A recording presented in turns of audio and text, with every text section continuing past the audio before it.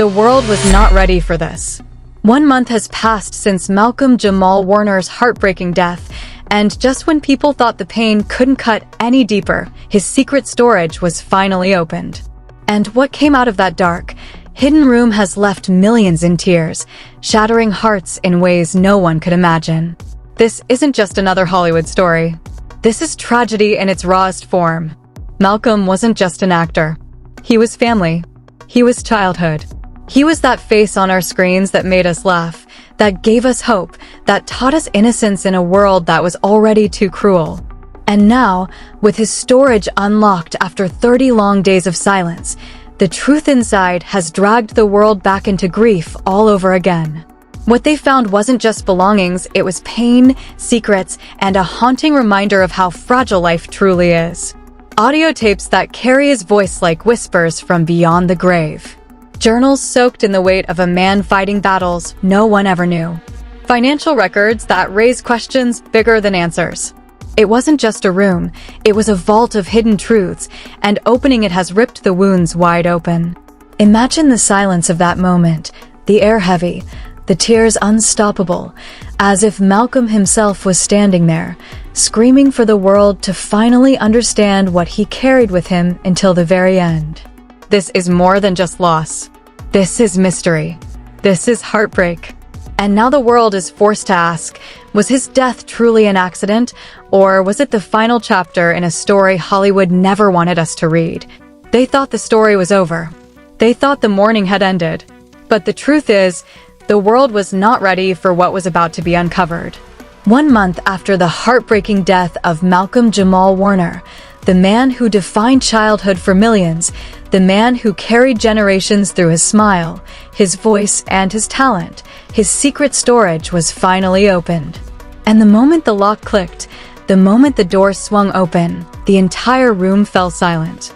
Because what lay inside wasn't just boxes, it wasn't just memories. It was a storm waiting to be unleashed. Malcolm was not just another celebrity. He was more than an actor, more than a musician, more than a director. He was hope. For families across America and around the world, he was Theo Huxtable, the boy next door, the brother everyone wished they had. When people turned on their TV screens in the 1980s and 1990s, they didn't just see a sitcom, they saw a reflection of family, of comfort, of laughter. Malcolm was part of their lives. And now, that same man was gone, snatched away in the cruelest way possible. On July 20th, 2025, the world was shaken when reports came out of Costa Rica. Malcolm had drowned. A rip current, they said. A sudden, tragic accident. The authorities confirmed it, doctors signed off on it, and the headlines called it a heartbreaking loss. Fans cried, Hollywood grieved, and the story was wrapped up in a box of sadness that people tried to accept. But what if that box was only the beginning? What if behind the curtain of tragedy lay a truth so powerful, so chilling, that even after his death, Malcolm was still speaking? That truth began to whisper when the existence of a hidden storage came to light. A space Malcolm had kept secret. Not a public locker, not a known studio archive. This was his private sanctuary. And for 30 long days after his death, it remained untouched, locked, guarded by silence. Until one day, the doors opened. What they found inside was not what anyone expected. Old photographs, letters, and belongings might have been normal. But alongside them were journals, audio tapes, financial documents, items that carried shadows of a life the public never truly saw. And suddenly, the whispers turned into screams.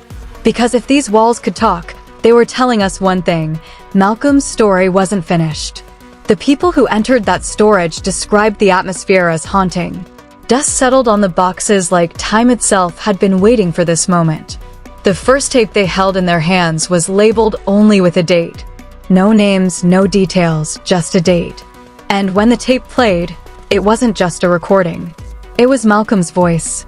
His voice, heavy with thoughts, heavy with secrets, echoing from beyond the grave. Imagine being there in that room. Imagine hearing the voice of a man the world just buried, speaking as if he knew this day would come. The room froze. Tears welled up. And questions began to swirl. Was this just a man reflecting on life? Or was it a man leaving behind warnings? The journals were even more mysterious. Page after page, Malcolm poured out pieces of himself that no one had seen. Not the fans, not the cameras, not even the closest friends. There were notes about Hollywood contracts, cryptic references to pressures, and hints of betrayals that shook even the strongest hearts in that room. This wasn't just nostalgia. This was revelation. And then, the documents. Financial records that showed strange withdrawals, contracts with clauses that raised red flags. Why was Malcolm hiding these? Why did he feel the need to keep them locked away from the world?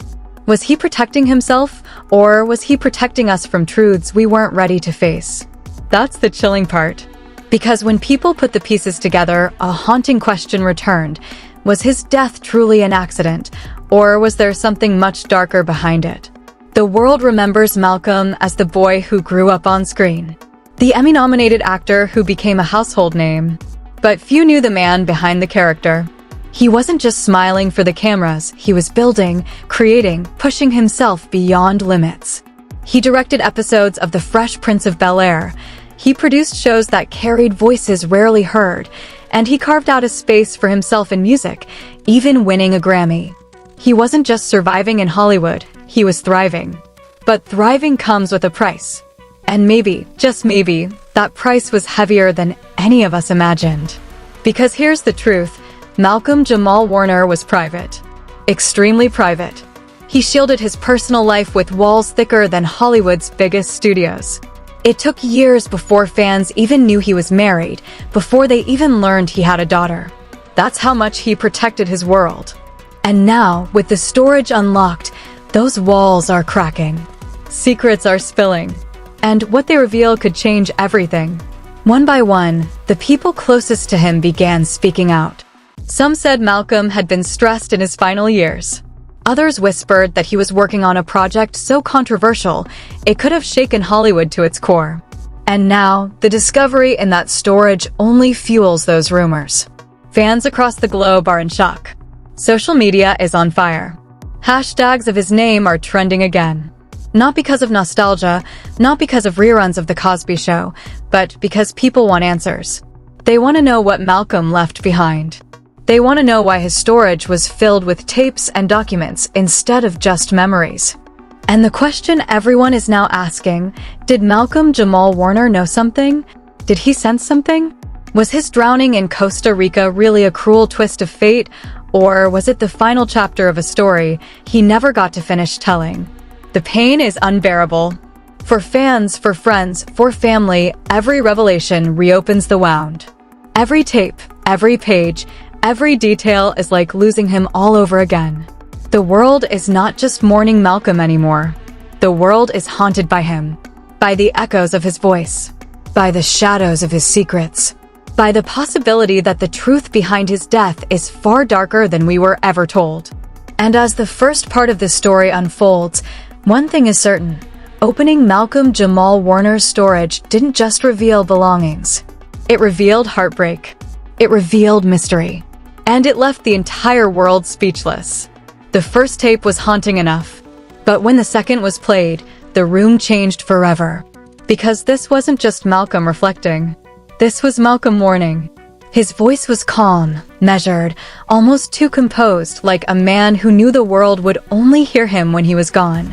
He spoke about the weight of silence, about contracts that felt like cages, and about trust betrayed in the darkest rooms. It wasn't fiction. It was confession.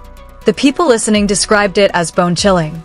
Every word carried a heaviness, as if Malcolm was unburdening himself to the only safe space he had left, those tapes. And the most shocking moment? When he said, almost whispering, "If anything ever happens to me, don't believe it was just an accident." Those words shattered the air. This wasn't just paranoia. This was a direct plea. A man leaving behind a message because he felt danger circling closer than anyone knew. And then came the journals. Pages stained with ink, scribbled in late-night handwriting, carrying pieces of his soul. Some pages were filled with love for his daughter, for the family moments he kept hidden from the public eye. But others were darker. Notes about meetings with powerful people. Contracts that he didn't want to sign. Situations where he wrote, "They're pushing too hard. I can't keep quiet forever." Who were they? No names were written. No company listed. But the way he described the pressure, the manipulation, the subtle threats, it all pointed to something far bigger than one man's career. Malcolm wasn't just hiding secrets. He was protecting himself from them. The financial documents only deepened the mystery. Withdrawals that didn't make sense. Payments that seemed to vanish into thin air. And contracts with clauses that looked less like business and more like traps. One record in particular sent chills down the spine of those investigating, a sudden transfer of funds to an account overseas, made just weeks before his trip to Costa Rica. Why? Why move money so suddenly, and why hide it under an alias? The conspiracy theories exploded overnight. Was Malcolm preparing for something? Was he planning to expose a hidden truth, and someone silenced him before he could? Or was he simply protecting his family from a storm he knew was coming? What made it worse, what made it unbearable, were the photographs. Hidden among the boxes were Polaroids and printed photos Malcolm had kept for years. Smiling moments, candid shots, behind-the-scenes laughter. But in between the joy, there were photos of meetings, of dinners, of people fans never knew he associated with. Some faces blurred, some scratched out, as if Malcolm himself wanted to erase them. Fans were heartbroken. They remembered Malcolm as the boy who grew up before their eyes, the actor who fought to carve his own identity outside The Cosby Show. But these tapes and journals painted another picture. A man battling shadows the world never saw. A man who laughed on screen but cried off it. A man who carried secrets too heavy for one heart to hold. Social media spiraled into chaos. Hashtags like #MalcolmWarning and #HiddenTruth went viral within hours. Clips of his tapes leaked online, replayed millions of times, with fans breaking down in tears as they heard his haunting words. "If anything ever happens to me," people begged for investigations to reopen. Petition after petition demanded answers. And yet, silence remained from the official channels. The Costa Rican authorities stood firm. Accidental drowning. Nothing more. Nothing less. But fans weren't convinced. Because how do you explain a man predicting his own death? How do you explain the urgency in his voice, the secrecy of his storage, the evidence of pressure and betrayal? Friends of Malcolm began to come forward, hesitantly. One described him as troubled, but determined. Another recalled late-night calls where Malcolm said he was tired of keeping quiet. A third claimed Malcolm had been planning to sit down for an interview that would shake Hollywood. But that interview never happened. Instead, Malcolm went to Costa Rica and never came back. And then came the most devastating discovery yet, a final letter.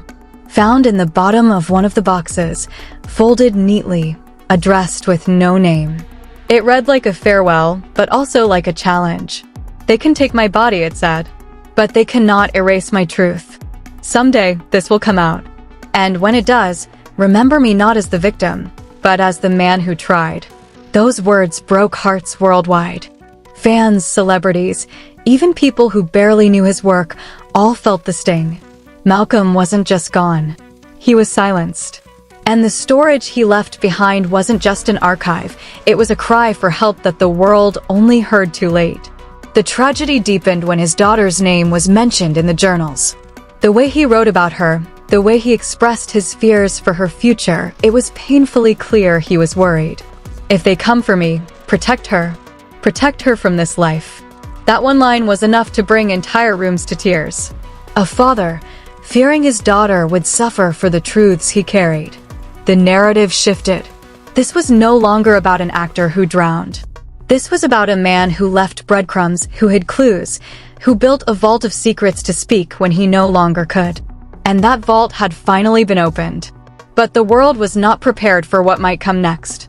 Because whispers now suggest that not everything has been revealed.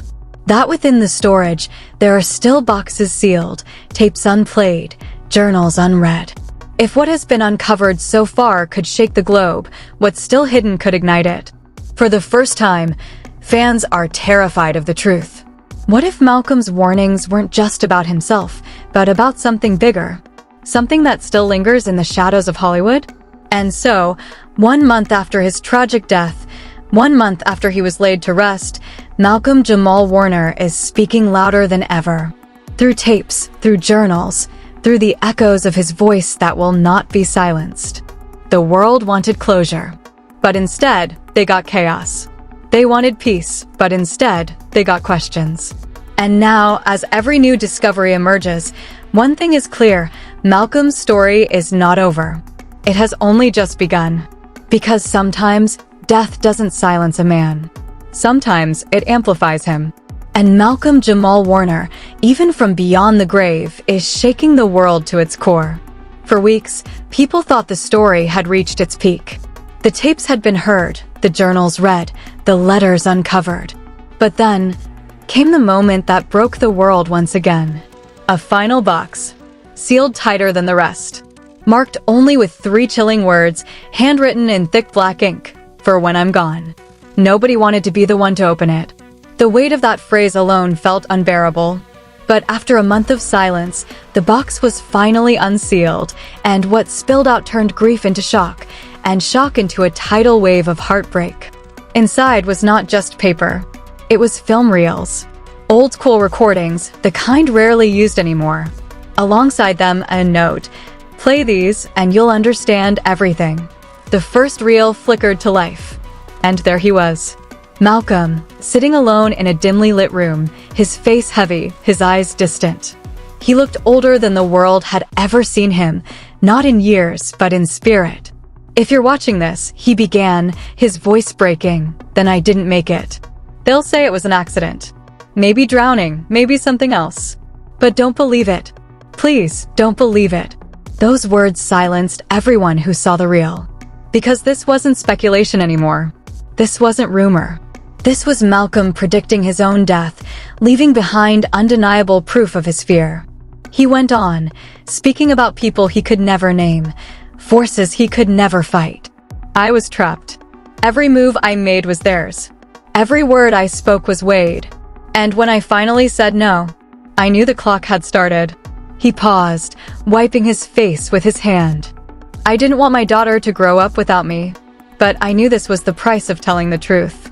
The second reel was even worse.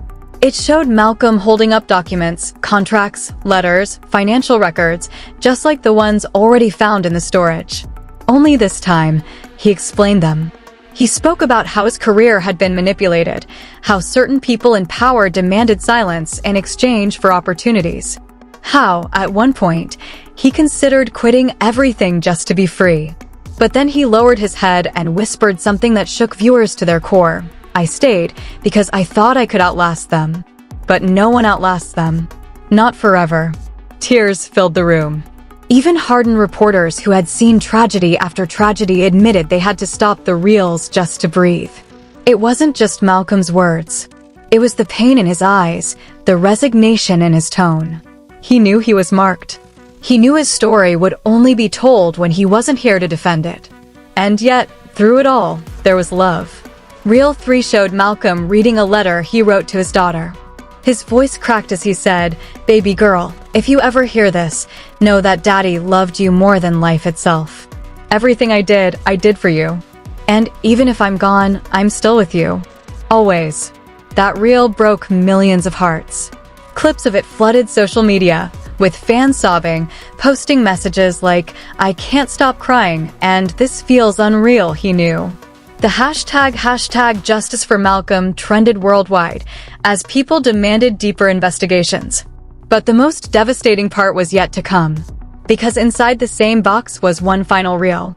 A reel labeled, "The Truth They Feared." When played, it didn't show Malcolm. Instead, it showed pieces of recordings, secret audio clips from meetings, conversations caught on tape, moments that sounded like men in power discussing deals in hushed voices. Though faces weren't shown, the implications were massive. You could hear the tension, the threats veiled in polite language, the way they spoke about controlling stories, silencing voices. It was enough to suggest that Malcolm hadn't been imagining anything. He was living in a nightmare where truth itself was dangerous. And he left this reel as proof. The fallout was immediate. News outlets scrambled. Authorities dismissed it as unverified. But fans knew. They could feel the authenticity in every second. And for many, that final reel was enough to convince them Malcolm Jamal Warner didn't just die. He was taken. The grief transformed into outrage. Vigils were held around the world. Candles lit in his honor. Fans gathered at beaches, playing his old clips on giant screens, crying together, mourning the boy who grew up in their homes and the man who left too soon. Celebrities spoke out too. Some cautiously, some boldly. One former co-star admitted, "He told me once he felt unsafe. I didn't believe him. Now, I wish I had listened." Through it all, the question remained, what now?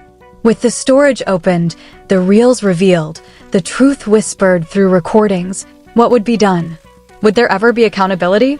Or would Malcolm's story join the long list of tragedies swept under the rug of Hollywood's dark history? And yet, amid the chaos, something beautiful emerged. His fans, his family, his daughter, they refused to let his legacy end in fear. Hashtags turned into movements. Petitions turned into campaigns. People vowed to keep his story alive, to share his tapes, to speak his words, to make sure he was never forgotten. Because Malcolm Jamal Warner wasn't just an actor. He wasn't just Theo Huxtable. He was a man who fought silently, who carried secrets too heavy, who left behind his truth in the only way he could hidden in his storage, waiting for the world to finally listen. And now, 1 month after his tragic drowning in Costa Rica, 1 month after the waves took him from this world, Malcolm is louder than ever. Louder in death than he ever was in life. Louder because the truth he carried is finally being heard. The story ends not with answers, but with questions. Not with closure, but with chaos. Because the final, haunting message from his tape still echoes, "If anything ever happens to me, don't believe it was just an accident." And now, no one can. The world will never see him walk into a room again. Never hear his laughter in interviews, never watch him light up the screen. But through his storage, through his reels, through his unshakable courage to speak even in silence, Malcolm Jamal Warner has ensured one thing: he will never, ever be forgotten. And now, as the dust settles, as the reels stop spinning, as the candles burn low at vigils across the world, one question still hangs in the air. What really happened to Malcolm Jamal Warner? The reports will tell you he drowned. That it was an accident. That a rip current pulled him under and nothing could be done. But the reels, the letters, the tears he left behind, they scream a different story. A story of fear, of silence, of secrets too dangerous to speak while alive. Malcolm didn't just die. He left behind a warning, a plea, a cry for truth that can't be ignored anymore. And now it's up to us, his fans, his family, his people, to carry that torch, to demand answers, to make sure his voice doesn't fade into the background noise of Hollywood's tragedies. Think about it. This was a man who gave his life to art, who lit up screens for decades, who taught generations through laughter and love. And yet, in his final moments, he was alone, trapped in a battle we never saw, silenced by forces we may never fully understand. But silence is not an option anymore. His truth must live on. His story must be told. And his memory must be honored, not just as an actor, but as a man who tried to speak even when the world wouldn't listen. So share his story. Say his name. Light a candle. Demand justice. Because Malcolm Jamal Warner deserves more than mystery. He deserves truth. He deserves peace. And most of all, he deserves to never, ever be forgotten.